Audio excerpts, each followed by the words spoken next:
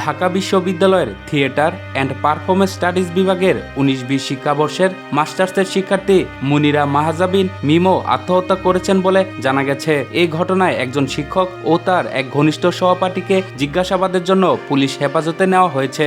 রোববার 26 এপ্রিল দুপুরে বিভাগের চেয়ারম্যান কাজী তামান্না হক সিগমা বিষয়টি নিশ্চিত করে জানান। মিমোর লাশ ঢাকা মেডিকেল কলেজ হাসপাতালে মর্গে রাখা হয়েছে।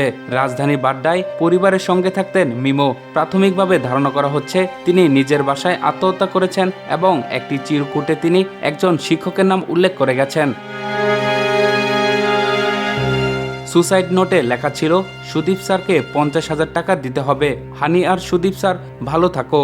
স্যারের দেওয়া গিফটগুলো ফেরত দেওয়া। তিনি আরও বলেন, আমরা সকালে বিষয়টি জানতে পারি। এরপর বিভাগের শিক্ষকরা তার বাসায় যায়। পরে তার মোবাইল ফোনে কিছু তথ্য বিশ্লেষণ করে একজন শিক্ষকের সঙ্গে তার সম্পৃক্ততার ইঙ্গিত পাওয়া যায়। এর ভিত্তিতে পুলিশ তাকে জিজ্ঞাসাবাদের জন্য নিয়ে গেছে। একই সঙ্গে তার ঘনিষ্ঠ এক বন্ধুকেও নেওয়া হয়েছে।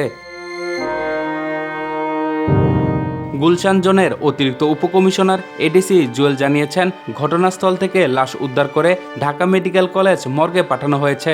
ময়না তদন্ত শেষে লাশ পরিবারের কাছে হস্তান্তর করা হবে। তিনি আরও বলেন, প্রাথমিক তদন্তে পাওয়া কিছু আলামতের ভিত্তিতে বিভাগের একজন শিক্ষককে হেফাজতে নেওয়া হয়েছে। তদন্তে তার সম্পৃক্ততা পাওয়া গেলে তাকে গ্রেপ্তার দেখানো হবে। একই ঘটনায় ওই শিক্ষার্থীর ঘনিষ্ঠ এক বন্ধুকেও জিজ্ঞাসাবাদের জন্য হেফাজতে নেওয়া হয়েছে।